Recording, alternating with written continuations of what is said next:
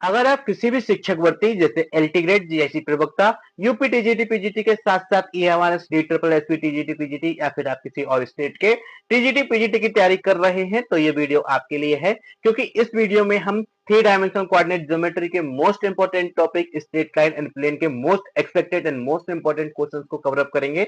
और याद रखिएगा, सारे के सारे क्वेश्चन आपके प्रीवियस एग्जामिनेशन में कहीं ना कहीं आए हुए हैं और काफी ज्यादा इंपॉर्टेंट हो जाते हैं आपके एग्जाम के लिए। और सारे क्वेश्चन को हम सॉल्व करेंगे with the help of short trick, जिससे कि आपका एग्जाम में ज्यादा से ज्यादा टाइम बच सके और आप ज्यादा से ज्यादा क्वेश्चन अटेम्प्ट करके ज्यादा से ज्यादा मार्क्स ला सके। तो नमस्कार साथियों, मैं सुरेंद्र कुमार एजुश्री के ऑनलाइन लर्निंग प्लेटफॉर्म पे एक बार फिर से आप सभी का हार्दिक स्वागत करता हूं और आशा करता हूं कि आप सब लोग खुश होंगे, स्वस्थ होंगे और अपनी तैयारी अच्छे से कर रहे होंगे। तो जैसा कि आप जानते हैं, मैं आपको इस सीरीज के अंदर लगभग 500 से अबव क्वेश्चंस करा चुका हूं और ये आज आपके कोऑर्डिनेट ज्योमेट्री या फिर मैं कहूं 3 डायमेंशनल कोऑर्डिनेट ज्योमेट्री का लास्ट वीडियो रहेगा। इसके बाद एक डेडिकेटेड वीडियो के अंदर मैं आपको स्फीयर के साथ साथ आपका जो सिलेंडर और कोन है उनके भी एक एक डेडिकेटेड वीडियो लेकर आऊंगा। तो देखते हैं क्या है आज का हमारा पहला क्वेश्चन। तो क्वेश्चन नंबर 504 है कि system of the equation this and this is consistent if. ठीक है, तो इसको सॉल्व करने के दो तरीके हैं। पहला तरीका जैसा कि आपको बुक में दिया हुआ है, क्या है, on adding all the equations. ठीक है, जिसका कोई लॉजिक नहीं बनता है, इसलिए से मैं आपको ये नहीं कराऊंगा, मैं आपको सॉल्व कराऊंगा with the help of rank method. क्यों? क्योंकि आपका सिस्टम ऑफ लीनियर इक्वेशन ही तो है। यहाँ पर भी 3 by 3 का डिटरमिनेंट बनना है। अगर मैट्रिसेस एंड डिटरमिनेंट में भी system of linear equation given होता तब भी आप डिटरमिनेंट की हेल्प से करते ना, रैंक बना के सॉल्व करते ना। तो 3D में आ गया है, इक्वेशन तो वही है, बस सॉल्व आपको रैंक की हेल्प से ही करना है। तो अगर मैं इन तीनों को ऐड करता हूं तो एक चीज आप देखिए, आरएचएस मुझे ए प्लस बी प्लस सी मिल जाएगा, जिसको मैंने एलएचएस में लिख लिया है। और इनको सबको जोड़ता हूं तो आप पाएंगे क्या कि माइनस का 2x प्लस का x दैट इज 0। ठीक है, प्लस का y माइनस का 2y माइनस का y प्लस का y 0। ओके, सेम z का देखेंगे 0, that is a plus b plus c is equal to 0। Option number D is the right answer. अब एक चीज देखो मेरे ध्यान से, ये क्वेश्चन बेशक आपका जो है 3 डायमेंशनल कोऑर्डिनेट ज्योमेट्री के अंदर उठा के रख दिया, कि जरूरी है ये क्वेश्चन बस 3D के हेल्प से ही सॉल्व होगा या फिर उसी का क्वेश्चन है? ना जी, आपको चीजें पता होनी चाहिए। आपने मैट्रिसेस एंड डिटरमिनेंट में एक चीज पढ़ी होगी, वो ये होगी ये system of the linear equation. वहां पर भी आपको 3 वेरिएबल के अंदर 3 इक्वेशंस गिवन हुआ करती थी, तो पूछते थे कि कंसिस्टेंट होंगी, इनकंसिस्टेंट होंगी, यूनिक सोल्यूशन होगा, डिपेंडेंट सोल्यूशन होगा या ना सोल्यूशन होगा। तो उसकी कंडीशन क्या हुआ करती थी कि भाई आप रैंक निकाला करते थे। तो मैं इन क्वेश्चंस को भी रैंक की हेल्प से ही सॉल्व करूंगा। कैसे, आइए देखते हैं। तो आप जानते होंगे कि आपके पास जब सिस्टम ऑफ लीनियर इक्वेशन होता है तो उसको आप मैट्रिसेस फॉर्म में कैसे लिखा करते हैं, तो आप जानते हैं कुछ इस टाइप से लिखा करते थे कि ax is equal to b। मैं आपको याद दिला दूं, ax is equal to b करके लिखा करते थे। और हम रैंक लिखा करते थे कैसे, कि हमारे पास दो मैट्रिसेस हुआ करती थी। ठीक है, अब रैंक मेथड में आपको बता देना चाहता हूं रैंक कैसे निकालते गए, वो भी मैं यहाँ पर यूज करूंगा एक्लोन फॉर्म। कैसे करते हैं, एक्स वाई जेड के कोफिशिएंट्स लिख लो, क्या क्या है, -2 1 1, ये क्या है 1 माइनस का 2 1, ये क्या है 1 1 -1। और जो आपके कांस्टेंट टर्म है उनको भी आप लिख लीजिए, वह शर्ते सारे के सारे कांस्टेंट टर्म या तो एलएचएस में हो, सारे के सारे कांस्टेंट टर्म या तो आरएचएस में हो। मतलब कि भाई कांस्टेंट टर्म एक इक्वेशन में जैसे हैं वैसे बना लो, चाहे सारे के सारे एलएचएस में ले आओ, चाहे तो चाहो सारे के सारे आरएचएस में ले आओ। होने दोनों एक ही तरफ होना चाहिए, इधर उधर होंगे तो काम नहीं चलेगा। तो देखते हैं कि हमारे सारे के सारे कांस्टेंट टर्म आरएचएस में है। कोई नहीं, सारे ही तो हैं आरएचएस में, कोई दिक्कत वाली नहीं है। लिख लो, क्या है, A B C is equal to 0। और आप जानते हैं क्या, एक्चुअली 0 नहीं, एक्लोन फॉर्म है, हम रैंक की बात कर रहे हैं। ठीक है, ये ए वाई बी करके अगर मैं लिख दूं, चलिए ए वाई सी करके मैट्रिक्स लिख देता हूं।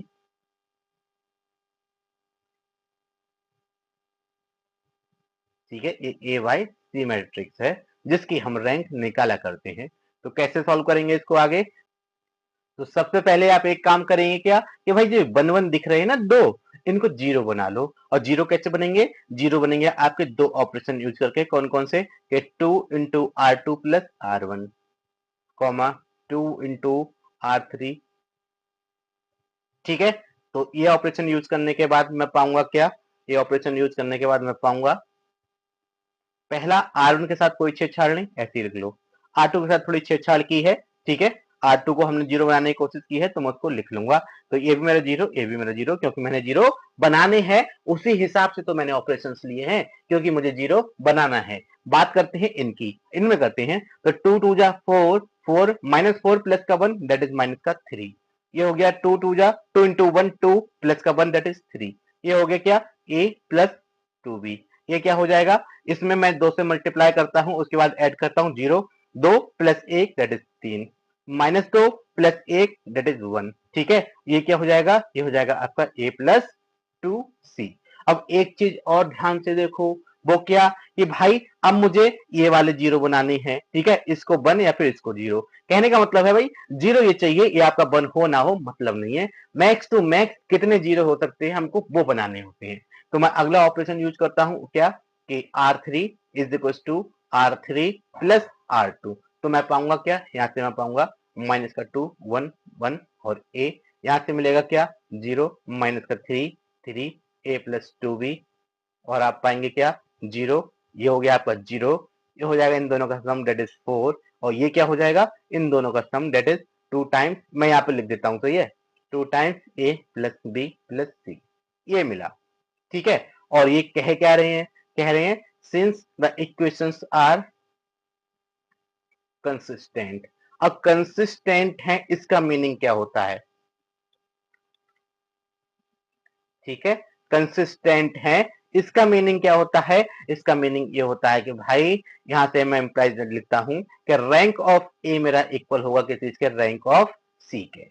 ठीक है, तो दोनों मैट्रिसेस की रैंक इक्वल होनी चाहिए, तब मेरी इक्वेशंस कंसिस्टेंट कहलाती हैं। और याद रखना दोनों की रैंक इक्वल हो इसका मतलब अगर ये मेरा नॉन जीरो है, ठीक है, ये वाला मैं इसको लिखता हूं क्या C33 या फिर A33 लिख लो, मतलब एलिमेंट A33 पोजीशन वाला एलिमेंट क्या हो, नॉन जीरो हो। अगर ये नॉन जीरो है तो 110% ए और सी की जो रैंक है वो इक्वल होती है, चाहे ए प्लस बी प्लस सी की जी वैल्यूज कुछ ही क्यों ना हो। ठीक है, इसलिए क्या कह सकता हूं मैं, for all A plus B plus C belongs to real number. ठीक है, A plus B plus C की वैल्यू चाहे कुछ भी हो, ठीक है, चाहे जीरो हो या जो मर्जी आप वो ले लो, सबके लिए ये इक्वेशंस कंसिस्टेंट रहेंगी। तो मैं देखता हूं क्या इस क्वेश्चन में कि a plus B plus C की वैल्यू क्या है, ऑप्शन में a plus B plus C is equal to zero है। हाँ जी, a plus B plus C is equal to zero के लिए भी इक्वेशंस मेरी कंसिस्टेंट होंगी। Option number D is the right answer. आप एक चीज और देखें कि किसी में भी हर जगह जीरो नहीं और प्लस का साइन नहीं है, सिवाय ऑप्शन नंबर डी के। ठीक है, तो ऑप्शन नंबर डी मेरा इकलौता ऑप्शन है जिसमें सारे के सारे प्लस में दिए हुए हैं, और मैं कह रहा हूं कि a plus B plus C की वैल्यू आप जो मर्जी ले लो, सब वैल्यूज के लिए आपकी इक्वेशंस कंसिस्टेंट होंगी by using the rank method. ठीक है, अब बात करते हैं क्वेश्चन नंबर 505 की, करें the point of intersection of the line this is. तो मैंने आपको समझाया हुआ है पहले से ही क्या करना है, कि भाई अगर दो लाइन है एक दूसरे को कहीं इंटरसेक्ट कर रही है, मतलब क्या हुआ कि एक लाइन का एक कोई जनरल पॉइंट निकालो और वो सेटिस्फाई कर दो किस चीज पे, L2 पे। तो अगर ऐसा करेंगे तो आपको जो इंटरसेक्टिंग पॉइंट होगा वो आपको मिल जाएगा। तो फाइंड आउट कैसे करना है वो समझिए। फाइंड आउट करने का तरीका आपको पता होगा कि आपको करना सिर्फ इतना सा होता है, लैम्डा इज इक्वल टू ले लो, जो भी क्वेश्चन आप लेते हैं, पहला चाहो तो पहला, दूसरा चाहो तो दूसरा। मैं पहला लेना चाहता हूं तो मैं करता हूं क्या, कि इसकी वैल्यू लेता हूं इज इक्वल टू लैम्डा, यहां से एक जनरल पॉइंट निकालता हूं तो मुझे मिलेगा क्या, let P be point, let P be any point on line L1। ठीक है, L1, तो क्या मिलेगा मुझे, मुझे मिलेगा 1 plus R comma 1 plus 2r comma 1 plus 3r। ठीक है, फॉर पॉइंट ऑफ इंटरसेक्शन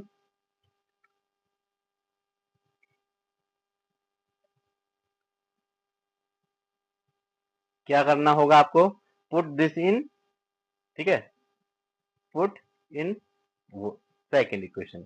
ठीक है, ये L2 है, तो कहां पुट किएगी, x की y की z की जगह पर चीजें पुट कर दो, तो आप पाएंगे क्या, आप पाएंगे कि 1 प्लस आर डेट इज क्या हो जाएगा, ये हो जाएगा r माइनस का 3 divided by 2 is equal to क्या हो जाएगा 1 प्लस 2r, ठीक है, दैट इज 2r माइनस का 5 divided by 3 is equal to क्या होगा, z की वैल्यू पुट करते हैं 3r माइनस का 6 डिवाइडेड बाय 3।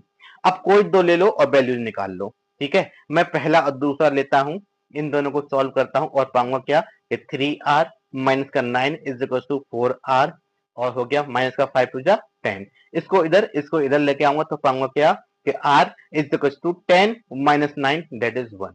r की वैल्यू 1 मिल गई, 1 उठा के आप अपने पॉइंट में पुट कर दो और हमको रिक्वायर्ड आंसर मिल जाएगा। जैसे ही मैं इसमें 1 पुट कर तो पाऊंगा क्या 2, 3 प्लस 1 दैट इज 4। चेक करो option number B is the right answer. चलिए चलते हैं अपने नेक्स्ट क्वेश्चन पर, क्या है इसके बाद आपका कैलकुलस शुरू किया जाएगा, आपकी भी डिमांड है कैलकुलस की, ठीक है। क्या the family of the planes always passes through a fix point whose coordinate are. अब एक बात बताओ, कोई भी इक्वेशन है वो कह रहे हैं किसी पॉइंट से पास कर रही है, पास करने का मतलब ये है कि वो उसको सेटिस्फाई कर रही है। एलएचएस और आरएचएस इक्वल आ जा रहे हैं, 0 0 आ रहे हैं इसमें आरएचएस 0 तो एलएचएस भी कहीं ना कहीं 0 ही आ रहा होगा। सेटिस्फाई का मतलब सिर्फ इतना है कि एलएचएस की क्वांटिटी और आरएचएस की क्वांटिटी दोनों इक्वल होंगी। तो चलिए चेक करेंगे ऐसा पॉइंट होगा कौन सा। और अब मैं आपको बताऊं कि चेक करने से अच्छा कुछ और है, वो क्या समझाता हूं मैं। अगर एक चीज देखो, इस 2 के साथ कॉमन ले लो तो आप पाएंगे क्या, ये 2 टाइम्स x माइनस 1, ठीक है। और एक चीज देखो, लैम्डा भी दो जगह आ रहा है, ठीक है, तो आप क्या काम करो, लैम्डा कॉमन ले लो तो आप पाएंगे क्या 2 माइनस y, ठीक है। अब म्यू भी आ रहा है तो म्यू भी कॉमन ले लो, z minus 3 is equal to 0।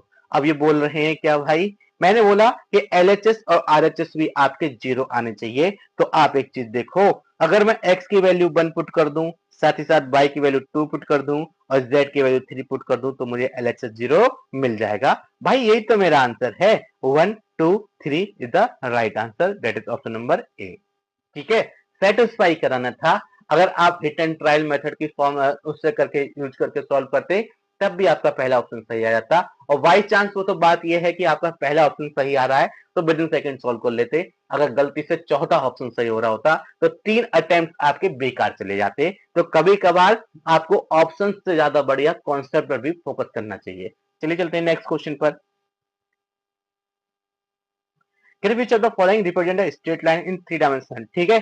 3 dimension का मतलब है x y z, जहां पर तीनों मिल जाएं वही आंसर होगा, ठीक है। इसमें नहीं हो सकता, इसमें नहीं हो सकता, option number C is the right answer. बेशक z इज इक्वल टू 0 ही क्यों ना हो, लेकिन z इज इक्वल टू 0 भी आपके एक्स वाई प्लेन को रिप्रेजेंट करता है, तो 3D में उसकी वैल्यू है। z की वैल्यू 0 पुट कर देने से ये नहीं है कि z खत्म हो गया, ना जी, वो बाई एक्स वाई प्लेन को रिप्रेजेंट कर रहा होगा, उसकी वैल्यू है। तो option number C is the right answer. चलिए चलते हैं नेक्स्ट क्वेश्चन पर। कह रहे हैं if the plane this and this are perpendicular to each other, तो मैंने आपको कंडीशंस बताई हुई है, a1 a2 plus b1 b2 plus c1 c2 is equal to 0 अगर आ जाता है तो हम कहते हैं क्या कि हमारे प्लेन परपेंडिकुलर होंगे। चलिए चलते हैं नेक्स्ट क्वेश्चन पर। कहता है image of a point -3 8 4 in the plane is, ठीक है। तो इमेज और प्लेन के क्वेश्चन मैं आपको बहुत सारे करा चुका हूं, इस टाइप से मैं आपको समझा चुका हूं, ठीक है। ये कोई मेरा एक लाइन बनाया, मैंने बोला ये क्या है P -3 8 4, ये क्या है Q, इसकी इमेज, ठीक है, इसकी इमेज। और ये क्या है, ये होता है आपका M, बोले तो मिड पॉइंट। P और Q का mid point always satisfies the equation of the plane, ठीक है, वो हमेशा फुट ऑफ परपेंडिकुलर के जैसे वर्क करेगा, जो आपका मिड पॉइंट होगा।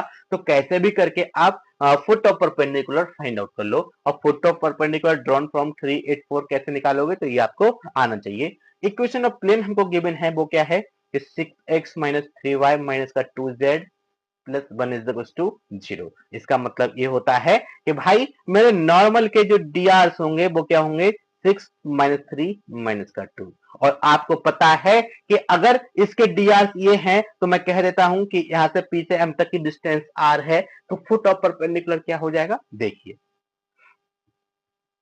ठीक है। तो मैं यहां से निकालूंगा क्या, मैं निकालूंगा फुट ऑफ परपेंडिकुलर, क्या हो जाएगा, वो इक्वल हो जाएगा m के, और m क्या है आपका कि अल्फा प्लस एम आर, ये तो करते थे alpha plus L R beta plus M R gamma plus N R, मतलब माइनस का 3 plus 6 R comma 8 minus 3 R comma 4 minus 2 R. अब एक बात बताओ, फुट ऑफ परपेंडिकुलर है तो भाई फुट ऑफ परपेंडिकुलर आपका प्लेन के ऊपर ही तो लाई करता है, तो एक काम करो इसको उठा के इक्वेशन ऑफ प्लेन में सेटिस्फाई करा दो, और सेटिस्फाई कराने का मेरा अपना तरीका है क्या, 6 minus 3 minus 2 plus 1 is equal to 0 कर दो। आप पाएंगे क्या यहाँ से 6 6 जा 36 आर, ठीक है, प्लस 9 आर प्लस 2 2 जा 4 आर माइनस 6 3 जा 18 माइनस 8 3 जा 24 माइनस 4 2 जा 8 प्लस 1 इज इक्वल टू 0। ठीक है, सारी कैलकुलेशन करते हैं और हम पाते हैं क्या यहाँ से, ये हो गया आपका 49 आर, ठीक है, माइनस, अब इन सब चीजों को आप ऐड करें तो आप पाएंगे क्या, ये हो गया आपके 26 26 प्लस 24 50 और 50 प्लस 1 दैट इज माइनस का 49 इज इक्वल टू 0। आर की वैल्यू हो गई 1। जैसे ही आपको आर मिल जाता है उठा के आप अपने फुट ऑफ परपेंडिकुलर में पुट कर देंगे तो आप पाएंगे क्या कि फुट ऑफ परपेंडिकुलर क्या हो जाएगा, फुट ऑफ परपेंडिकुलर हो जाएगा मेरा m और इक्वल हो जाएगा किस चीज के, मैंने 1 पुट किया तो मिला मुझे 3 कॉमा, ये मिला मुझे 5 कॉमा 2, ठीक है। और एक चीज और बताई थी, अब आपको क्यू पॉइंट निकालना है तो आप एक काम ये करेंगे, इसमें करेंगे क्या 2 से मल्टीप्लाई, और आप पाएंगे क्या 3 2 जा 6 5 2 जा 10 और 2 2 जा 4, ठीक है। और सबट्रैक्ट कर देंगे क्या जो गिवन पॉइंट है, माइनस का 3 8 और 4, ठीक है। तो आप पाएंगे क्या कि 6 माइनस माइनस का 3 डेट इज हो गया आपका 9, 10 minus 8 that is 2, 4 minus 4 that is 0, 9 to 0 is the right answer. ये होगा मेरा क्या क्यू, ठीक है, image of the point that is 9 to 0 option number is the right answer. तो कम से कम स्टेप्स में आप जल्दी से जल्दी आंसर लेके आ सकते हैं ऐसे सॉल्व करके, ठीक है। चलिए चलते हैं नेक्स्ट क्वेश्चन पर। बोल the angle between the line this and the plane this is. तो एक चीज आप जानते हैं, मैंने आपको फॉर्मूला लिखाया हुआ है, जब मेरा एंगल बिटवीन द एक line and between plane and a line निकालते हैं तो मेरी वैल्यूज होती है क्या, कि साइन थीटा मेरा इक्वल हो जाता है किस चीज के, a1 a2 plus b1 b2 plus c1 c2 divided by square root of a1 square plus b1 square plus c1 square, ठीक है, a2 square plus b2 square plus c2 square. यही तो फॉर्मूला रहा करता है ना। और एक चीज आप मेरे यहाँ से देखेंगे क्या, कि साइन थीटा मेरा इक्वल हो जाएगा किस चीज के, a1 a2 देखो क्या है, ये है 3 4 2, ठीक है, ये मेरा a3, ठीक है, ये मेरा b1, ये मेरा, एक्चुअली ए बी सी में हमेशा ही गलती होती है लिखने के टाइम, तो थोड़ा सा फोकस कीजिएगा। और ये क्या है 2 माइनस 3 1, ठीक है ना। तो कुल मिलाकर मैं यहाँ लिख लेता हूँ 3 4 2 और 2 माइनस 3 और 1, बाकी मैं यहाँ से हटा देता हूँ जिससे कि साफ सुथरा आपको भी दिखता रहे, ठीक है। तो मुझे करनी है इनकी मल्टीप्लाई, मैं पाऊंगा क्या 3 2 जा 6 माइनस 4 3 जा 12 प्लस का 2 is whole divided by square root of 3 3 जा 9 प्लस 4 4 जा 16 प्लस 2 2 जा 4 एंड 2 2 जा 4 प्लस 3 3 जा 9 प्लस 1, ठीक है ना।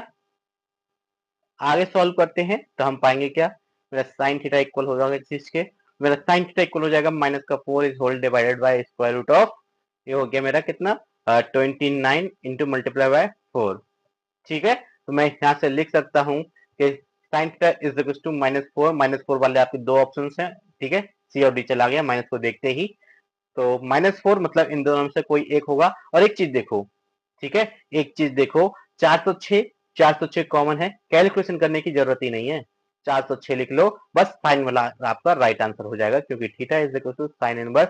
बहुत सारे लोग क्या करेंगे भाई, क्वेश्चन सॉल्व करके तो लाएंगे सही सही, लेकिन वो क्या करेंगे, वो एक ही फॉर्मूला जानते हैं क्या, कि भाई मेरा cos थीटा इक्वल होता है किस चीज के, cos थीटा इक्वल होता है मेरा a1 a2 plus b1 b2 plus c1 c2 and whole divided by under root of a1 square plus b1 square plus c1 square and a2 square plus b2 square plus c2 square. पर भाई वो दो lines के बीच का होता है, वो दो प्लेन्स के बीच का होता है, लेकिन एक लाइन और एक प्लेन के बीच में कॉस थीटा की जगह साइन थीटा लिख दिया करते हैं। यही इस क्वेश्चन का बेसिक कॉन्सेप्ट या फिर ट्रिक मैं कहूं। ठीक है, तो मैं जो लिखा था साइन थीटा वो आपका राइट हो जाएगा, तो आपका आंसर भी साइन थीटा वाला ही आएगा। That is option number B is the right answer. A में कॉस आ रहा है इस वजह से वो राइट आंसर आपका नहीं होगा। चलिए चलते हैं नेक्स्ट क्वेश्चन पर। The line this and this are perpendicular. अब दो लाइन है, परपेंडिकुलर है, कंडीशन क्या होती है आप जानते हैं क्या कि a1 a2 plus b1 b2 plus c1 c2 की वैल्यू क्या होती है, वो होती है आपकी 0। ठीक है, वैल्यूज उठाओ और पुट करो, फिर चेक करते हैं क्या हुआ कि माइनस का 3 टू 6 के, okay, 2 minus 2 that is minus का 4 के, ओके, माइनस 5 माइनस 2 प्लस का 10 इज इक्वल टू 0। तो एक चीज देखो 10 के, ठीक है, माइनस का 10 के प्लस का 10 इज इक्वल टू 0, के की वैल्यू हो गई आपकी 1। चेक करो option, option number B is the right answer. चलिए चलते हैं नेक्स्ट क्वेश्चन पर, कोई बड़ी चीज नहीं है। अब आपको इनकी आदतें हो चुकी होंगी क्योंकि इन क्वेश्चन को करते हुए काफी समय हो गया। Can the coordinate of the image of the point 1 3 4 with respect to the plane is। तो इस पर बेस्ड क्वेश्चन मैंने आपको जस्ट अभी कुछ देर पहले कराया हुआ है, इसका आंसर आप खुद ही करके देंगे। और मैं आपको एक बात बता दूं कि आप चाहो तो इसका आंसर इस प्रकार से भी दे सकते हो कि भाई एक ऑप्शन को ले लो, कोई जनरल x1 y1 z1 करके, और जो पॉइंट गिवन है उनका मिड पॉइंट निकालो, प्लेन के ऊपर सेटिस्फाई करा दो, उसके बाद आप ऑप्शन सेटिस्फाई करा सकते हैं। और कोई सोचे मैं डायरेक्ट ऑप्शन सेटिस्फाई करा दूं, तो भाई मेरी इमेज प्लेन के ऊपर नहीं पाई जाती, इमेज और पॉइंट का मिड पॉइंट प्लेन के ऊपर पाया जाता है। थोड़ा सा अंतर है, समझने की कोशिश कीजिएगा। मैं वेट करूंगा, आप इसका आंसर कमेंट बॉक्स में देंगे। बात करते हैं क्वेश्चन नंबर 521 की। Perpendicular line is drawn from this to the X axis, the coordinate of foot of perpendicular. तो एक बात आप मेरी पहले से जानते होंगे, मैंने आपको कई बार क्वेश्चंस कराए हुए हैं कि अगर मेरी इस प्रकार से 3 एक्सिस हैं, एक्स वाई जेड एक्सिस, तो आपसे क्या पूछेंगे, किसी एक पर्टिकुलर एक्सिस के ऊपर फुट ऑफ परपेंडिकुलर की बात करते हैं। ठीक है, तो मैं कहता हूं कि भाई जनरल पॉइंट मेरा ये था कि पी पॉइंट है 2 4 1। ठीक है, ये मेरा क्या है, ये एक्स एक्सिस है, ये मेरा जेड एक्सिस है, और ये मेरा वाई एक्सिस है। तो इन्होंने एक्स एक्सिस पर परपेंडिकुलर ड्रॉ किया, कहां से, पी से। लो मैंने भी कर दिया। ठीक है, हो गया ना। तो मुझसे पूछ रहे हैं भाई इस पॉइंट के कोऑर्डिनेट्स बताओ। तो एक बात देखो भाई, पॉइंट मेरा एक्स एक्सिस पर है, मीनिंग वाई और जेड तो जीरो होंगे ना एक्स एक्सिस पर। तो देखो वाई और जेड किस में जीरो है, कोई सॉल्व करने की जरूरत नहीं, option number B is the right answer.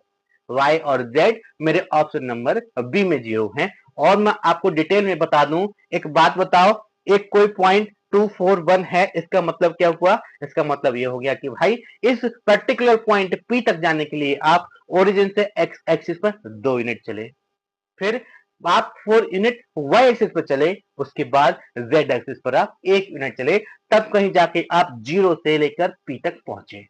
यही तो बात थी ना। कहने का मतलब क्या हुआ कि भाई आप इस पॉइंट तक आने के लिए ओरिजिन से ए तक कितना चले, 2 यूनिट। मतलब क्या हो गया, एक एक कोऑर्डिनेट हो गए क्या, 2,0,0।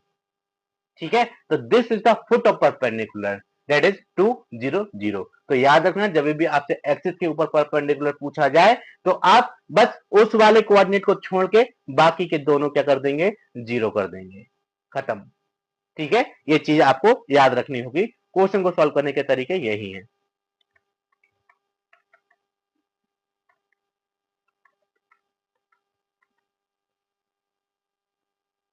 ये कौन सा था आपका, 241, ये हो गया 200।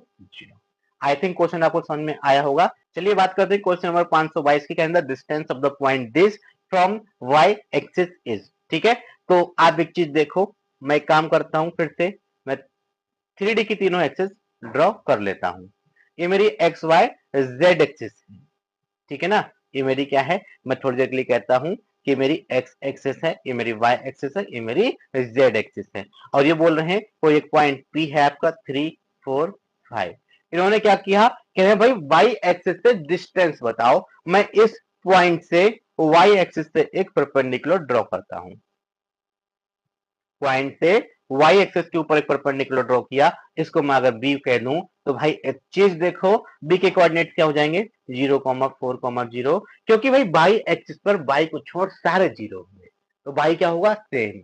इस पॉइंट तक जाने के लिए आप ओरिजिन से x पर 3 चले, y पर कितना चले 4, तो आपका जीरो से लेके अपन मतलब ओ से लेके बी तक का डिस्टेंस कितना है 4, कोऑर्डिनेट हो गए 0,4,0। आई थिंक पॉइंट आपको समझ में आए होंगे। और अगर मैं आपसे कहूं कि भाई आप बीपी निकालो तो बीपी इक्वल हो जाएगा स्क्वायर रूट ऑफ 3 का स्क्वायर प्लस 0 प्लस 5 का स्क्वायर, और 5 5 जो होता है 25 plus 9 that is 34। Option number B is the right answer. बीपी हो गया क्या square root of 34। I think question आपको समझ में आया होगा। चलिए चलते हैं नेक्स्ट क्वेश्चन पर। चलिए बात करते हैं क्वेश्चन नंबर 523 कह रहे हैं क्या, if -2,6 is image of the point 4,2 with respect to the straight line L, then the equation of L is given by। ठीक है, तो आप जानते हैं जब भी हम इमेज निकाला करते हैं image of a point with respect to a line, तो वो दोनों लाइन एक दूसरे कैसी होती हैं परपेंडिकुलर होती हैं। ये कॉन्सेप्ट आपको पहले से बताया हुआ है। इसको मैं L कह देता हूं, ये मेरा कोई गिवन पॉइंट P है -2,6, और ये क्या है, ये मेरा कोई पॉइंट क्या है Q है। Q मतलब image of P, image of P, इसको मैं Q से बोला हूं तो 4,2। ये क्या होता है, ये होता है आपका मिड पॉइंट। क्यों, आप जानते हैं कि पॉइंट और उसकी इमेज का मिड पॉइंट जो है हमेशा कर्व को सेटिस्फाई करता है, चाहे आपका कर्व प्लेन हो चाहे आपका कर्व स्ट्रेट लाइन हो। ठीक है, आपसे इमेज दो फॉर्म में पूछी जाती है कि image of a point with respect to a plane, image of a point with respect to a straight line. तो दो कर्व आपको दिए जाते हैं, तो मैं कहता हूं क्या कि भाई इमेज और पॉइंट कर्व चाहे जो मर्जी हो, उन दोनों का पॉइंट हमेशा उस कर्व को सेटिस्फाई करेगा। ये कॉन्सेप्ट आप याद रखेंगे। तो सबसे पहले मैं एम के कोऑर्डिनेट फाइंड आउट कर लूंगा क्या, कि मिड पॉइंट है। ठीक है, मिड पॉइंट मतलब एम x1 प्लस x2 बटे 2, y1 प्लस y2 बटे 2, डेट इज हो गया क्या कि माइनस का 2 plus 4 divided by 2 6 plus 2 whole divided by 2, मिला क्या मुझे, एम मिल गया 1,4।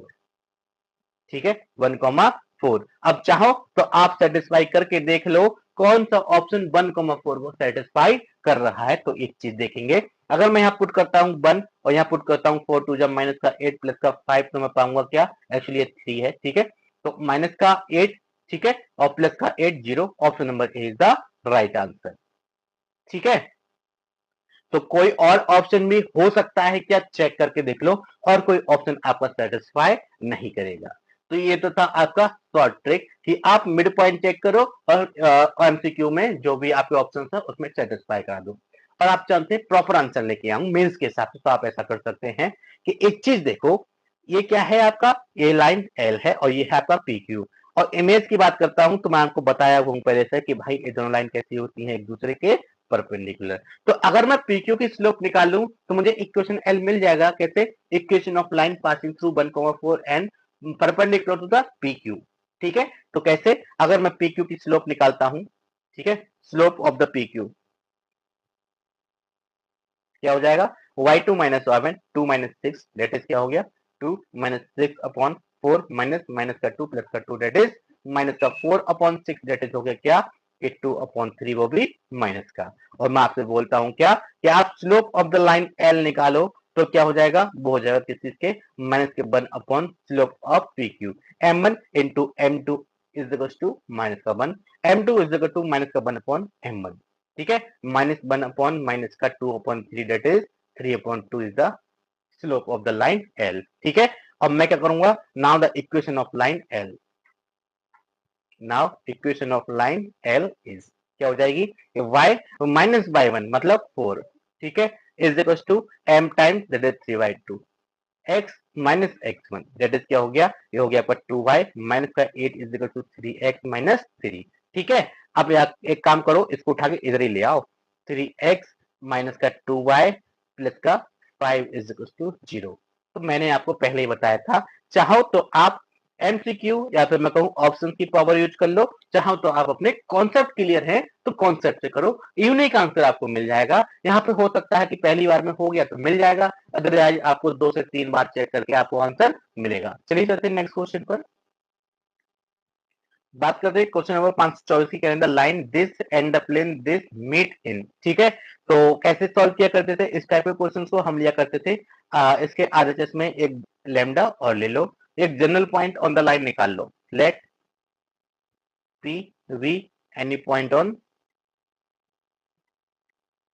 गिवन लाइन, तो किसके इक्वल हो जाएगा, उसके कोऑर्डिनेट से इक्वल हो जाएंगे किसी इसके, कि ये तो आपके देखो -0 लिख सकता हूं, तो कोऑर्डिनेट्स हो जाएंगे आपके lambda comma 2 lambda comma 3 lambda, ठीक है। और ये क्या हुआ, अब प्लेन और लाइन के आपके क्या है, पॉइंट ऑफ इंटरसेक्शन है, क्योंकि मीट कर रहे हैं, तो ये कह रहे हैं, मैंने बोला पी पे मीट कर रहे हैं, ठीक है।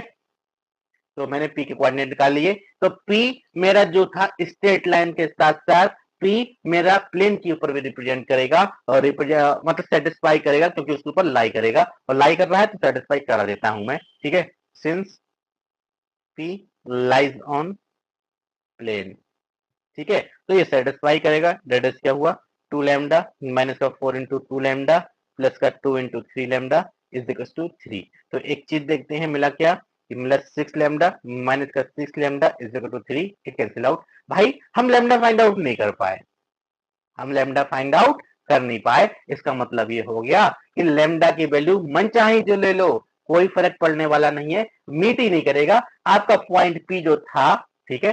पॉइंट पॉइंट पी जो है आपका, वो will not lie on plane. भाई प्लेन के ऊपर नहीं है पॉइंट पी, भले ही आपका लाइन के ऊपर है, पर प्लेन के ऊपर नहीं है, और प्लेन के ऊपर नहीं है, इसका मतलब ये हो गया एक दूसरे को उन्होंने काटा ही नहीं, और काटा ही नहीं तो आपका पॉइंट ऑफ इंटरसेक्शन क्या हो जाएगा, नो पॉइंट, ठीक है। हम लैम्डा फाइंड आउट ही नहीं कर पाए, मतलब लैम्डा की ऐसी कोई वैल्यू नहीं है कि जो स्ट्रेट लाइन पे कोई भी पॉइंट लो वो आपके इस प्लेन को सेटिस्फाई कर दे, तो वो एक दूसरे को कभी काटे ही नहीं, जुटे हैं दोनों, ठीक है। चलिए चलते हैं नेक्स्ट क्वेश्चन पर। 525 क्या है, the angle between the line this and this is, ठीक है। अब इस क्वेश्चन को थोड़ा सा समझने की कोशिश कीजिएगा, क्योंकि ये अपने स्टैंडर्ड फॉर्म में नहीं है, मैं इनको स्टैंडर्ड फॉर्म में बनाऊंगा, बस वही इसमें ट्रिक है, वही चीज इंपॉर्टेंट है। इसको अगर मैं एलएचएस में ले आऊं तो मैं ऐसा नहीं लिख सकता कि x minus one is to zero, ठीक है। तो इसका प्रॉपर फॉर्म रहेगा कि x minus one is to, ठीक है, अपॉन में जीरो आ जाएगा। y इज इक्वल टू है, that is y minus zero, y minus two is equal to zero, इसका भी जीरो इक्वल है, इसका भी जीरो है, तो ये आपस में इक्वल हो जाएंगे, ठीक है। y minus two upon zero, और z तो है ही नहीं, कोई बात नहीं, ऐसा कर दो कि z की वैल्यू जीरो कर दो, ठीक है। तो आप इसको ऐसा लिख सकते हैं कि z अपॉन वन, तो ये भी जीरो, ये भी जीरो, ये भी जीरो, तो आपके तीनों एक दूसरे के इक्वल हो जाएंगे। एक लाइन तो ये हो गई, एक लाइन में दूसरी और लिख के देता हूं आपको, वो क्या है, देखो इसमें x नहीं है, ओके, तो जैसा z के साथ किया था वो इसका इसके साथ कर दूंगा, y plus one upon zero comma, sorry equal, is equal to z upon zero, ठीक है। तो एक चीज देखो, इसके डी क्या है, लाइन L1 के डी है क्या, zero comma zero comma one, line L2 के डी क्या है, वन कॉमा जीरो, ये आपका x एक्सिस है, ये आपका z एक्सिस है, और x और z हमेशा एक दूसरे के परपेंडिकुलर होते हैं in three dimensional coordinate geometry, that is option number C is the right answer. आपको कोई चेक करने की जरूरत नहीं है, जीरो जीरो वन जो है z एक्सिस के डीसीज होते हैं, one zero zero x axis के डीसीज होते हैं, तो मुझे डायरेक्ट दिख गया कि मेरा एक एक्स एक्सिस है, एक मेरा जेड एक्सिस है, वो आपके हमेशा परपेंडिकुलर होते हैं, that is option number C is the right answer. चलिए चलते हैं नेक्स्ट क्वेश्चन पर। तो क्वेश्चन नंबर 526 का है, the equation of the plane through the line this and perpendicular to the plane this, ठीक है। इंपॉर्टेंट क्वेश्चन है, समझने की कोशिश कीजिएगा। अगर ये कह देते कि पैरेलल टू द प्लेन, ठीक है, पैरेलल टू द प्लेन कह देते तो भाई मैं इसका एन जो है वो उठा लेता अपने क्वेश्चन के लिए, लेकिन इसका एन और जो मेरा रिक्वायर्ड प्लेन है उसका एन सेम नहीं है, परपेंडिकुलर है, थोड़ी सी समझने की कोशिश कीजिएगा, तो मेरे एन अलग होंगे। और एक चीज और देखो, सबसे पहले मैं इक्वेशन ऑफ लाइन है उसको प्रॉपर लिख लूं, जिससे मैं आपको अच्छे से समझा सकूं, ठीक है। इक्वेशन ऑफ लाइन क्या है, कि 2x माइनस वाई, तो ऐसा लिख सकता हूं क्या, कि 2x is equal to Y, ठीक है। ये क्या है, y माइनस थ्री जेड, ऐसे लिख सकता हूँ y is equal to three Z. तो भाई y की दो वैल्यूज हैं, और y सारे इक्वल होंगे, क्योंकि एक ही तो y है, भले ही उसकी दो वैल्यूज एग्जिस्ट कर रही हैं, इसका मतलब ऐसा लिख सकता हूँ कि 2x is equal to Y is equal to three Z, ठीक है। इसको और अच्छे से लिखना चाहूं तो ऐसा मैं लिख सकता हूं कि x upon one by two is equal to Y upon one is equal to Z upon 1/3। ठीक है, ये हो गई मेरी लाइन। और एक चीज देखो, इसको और अच्छे से लिख लूं तो आप पाएंगे क्या कि x minus 0 upon 1/2 is equal to y minus 0 upon 1 is equal to Z minus 0 upon 1/3। ठीक है, ठीक है। तो यहां से कंक्लूजन ये निकलता है कि भाई मेरी जो स्ट्रेट लाइन है वो मेरे प्लेन के ऊपर है, तो मेरा प्लेन कहां से पास हो रहा है? अगर मैं इसको वेक्टर ए कह दूं तो वेक्टर ए क्या हो जाएगा मेरा 0,0,0, क्योंकि मेरी स्ट्रेट लाइन भी 0,0,0 से पास हो रही है, तो मेरा प्लेन भी 0,0,0 से पास होगा। ठीक है, आप अगर चाहो तो इसको दूसरी तरीके से सॉल्व कर सकते हो क्या कि अगर मैं 6 से डिवाइड कर दूं तो मैं पाऊंगा क्या x/3 is equal to y/6 is equal to Z upon 2। ठीक है, तो आप ये वाले ले लो या ये वाले ले लो, बात मेरी एक ही है, आपकी मर्जी। आप अगर फ्रैक्शन से बचना चाहते हैं तो आप इंटीजर वैल्यू ले सकते हैं। ठीक है, और अगर एक चीज देखो, मैं अगर इसको n1 बोल दूं, मेरा वेक्टर n1 किसके इक्वल हो जाएगा 3,6,2 के। और n2 क्या है? n2 भाई मेरा प्लेन है। देखो फिर से दो दिशाएं गिवन है मेरे पास, एक तो मेरे प्लेन की ये वाला रहा परपेंडिकुलर वाला, एक दिशा क्या है भाई एक लाइन है, लाइन में भी तो डी आर्स पाए जाते हैं, तो मेरे पास दो तरह के डी आर्स हैं, एक लाइन के एक प्लेन के। जब भी मुझे दो टाइप के डी आर्स दो दिशाएं गिवन होती हैं तो मैं करता हूँ क्रॉस मल्टीप्लाई। तो मैं n2 लिखूंगा क्या, n2 मेरा हो जाएगा 4,5,-3। ठीक है, तो रिक्वायर्ड नॉर्मल वेक्टर मेरा क्या हो जाएगा, vector n is equal to n1 cross n2। ठीक है, क्या हो जाएगा is equal to i j k, और क्या है ये n1 है आपका 362, n2 क्या है 4,5 माइनस 3। सॉल्व करते हैं तो पाएंगे क्या 6 3 जा 18 माइनस का 10 माइनस का 28 कॉमा, ये क्या हो गया आपका 3 3 जा माइनस का 9 4 2 जा 8। ठीक है, -9 माइनस का 8 माइनस का 17 और माइनस माइनस प्लस का 17। ठीक है, इसको 5 3 जा 15 15 और 6 4 जा 24। ठीक है, दैट इज 15 माइनस 24 माइनस का 9। ठीक है ना, तो ये मिल गया मुझे वेक्टर n। और आप जानते हैं क्या क्या equation of the plane is, ठीक है, इक्वेशन ऑफ प्लेन। और एक चीज मैं आपको और बोल दूं, आप यहां से अगर माइनस कॉमन ले लें तो आप पाएंगे क्या 28,17, सॉरी माइनस का 17, क्योंकि मैंने आपको बता रखा है ऐसा मैं क्यों कर रहा हूं, प्लस का 9 28 minus 17 9 28 minus 17 9। Option number D is the right answer. आपको आंसर यहां से ही मिल जाता है। जो कॉमन पार्ट होता है उसको छोड़ देते हैं, रीजन ये है वो कॉमन पार्ट आपका एलएचएस और कॉमन पार्ट आपका आरएचएस दोनों में आता है। कैसे? इक्वेशन ऑफ द प्लेन को समझो क्या होती है कि vector R dot vector N is equal to vector A dot vector N. तो माइनस वेक्टर एन का माइनस इधर भी है, वेक्टर एन का माइनस इधर भी है, तो आपका कैंसिल आउट हो जाएगा। ठीक है, तो ये होता है क्या x, y, z dot product y। अगर इसको पुट करना चाहते हैं तो इसको ही कर लो, आपकी मर्जी है। मैं आपको समझाना चाह रहा हूं क्योंकि वो आपके दोनों तरफ आएगा, इसलिए आपको ये सब चीज करने की जरूरत नहीं है। यह है माइनस का 28,17, माइनस का 9। ठीक है, आप पाएंगे क्या, आप यहां से इसको पाएंगे माइनस का 28x प्लस का 17y माइनस का 9z इज इक्वल टू 0। ठीक है, अब बाई चांस जीरो आ गया, अगर जीरो नहीं होता तो कुछ ना कुछ क्वांटिटी तो आती, यहां से माइनस कॉमन लिया, मैं यहां से भी माइनस कॉमन ले लेता, माइनस माइनस कैंसिल आउट, कोई फर्क पड़ने का नहीं है। आई थिंक आपको मेरी बात समझ में आई होगी जो मैं आपको समझाना चाह रहा हूं।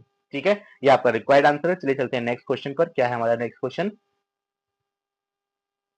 कहते shortest distance between the two line this and this is. तो इसका आंसर आप देंगे शॉर्टेस्ट डिस्टेंस के। मैंने बहुत सारे क्वेश्चंस कराए हुए हैं।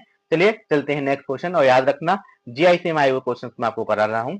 तो मेरा नेक्स्ट क्वेश्चन है क्या, और ये आज आपका लास्ट क्वेश्चन रहेगा।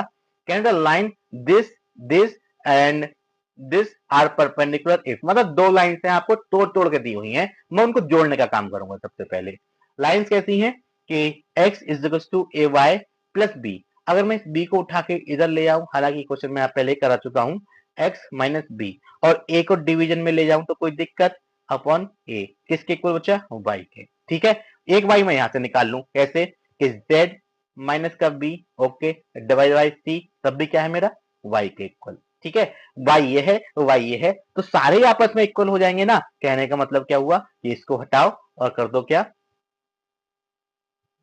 ठीक है, कि this is equal to Y is equal to this. ये हो गई आपकी लाइन 1, ठीक है। ऐसे ही लाइन 2 के साथ मैं करूंगा।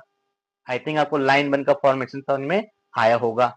अब मैं लाइन 2 का फॉर्मेशन करता हूं कैसे, कि यहां से डैश डैश लगे हुए हैं, इतना ही तो अंतर है, इससे ज्यादा कुछ थोड़ी नहीं है। x minus b dash divide by a dash is equal to y. Actually एक चीज और देखो, एक चीज और देखो, ये सिंपल y है, डेट इज लिख सकता हूं क्या, कि y अपॉन 1, ठीक है। ये इंपॉर्टेंट बात है, थोड़ी सी समझने की कोशिश कीजिएगा। और क्या हो जाएगा, ये हो गया मेरा 1, और ये हो गया क्या, कि z माइनस का बी डैश डिवाइडेड बाय आपका क्या है, सी डैश, ठीक है। इतना आपको मिल जाता है। तो एक चीज आप देखिए, क्या है, दोनों एक दूसरे के परपेंडिकुलर हैं, ठीक है। L1 is perpendicular to L2, इसका मतलब ये हो गया कि इनके dr की मल्टीप्लाई क्या होती है, a1 a2 plus b1 b2 plus c1 c2 is equal to 0। तो मुझे यहां से मिलेगा क्या, मुझे यहां से मिलेगा कि a डैश प्लस 1 प्लस b dash is equal to 0, ठीक है। चेक करो option, option number, actually b dash नहीं है, ये आपके c डैश आएंगे, b डैश तो आपके पास है ही नहीं, c डैश। तो a dash plus c dash कहां पर है, a dash c dash plus 1, option number is the right answer. I think question आपको समझ में आया होगा। अब मैं आपको बता दूं, ये आज आपका लास्ट क्वेश्चन था। आपके 3D के क्वेश्चन कंप्लीट हो चुके हैं, बस आपके पास एक चीज बचा है क्या, एक आपका स्फीयर बचा है, इसका एक वीडियो आएगा। एक आपके पास बचा है सिलेंडर,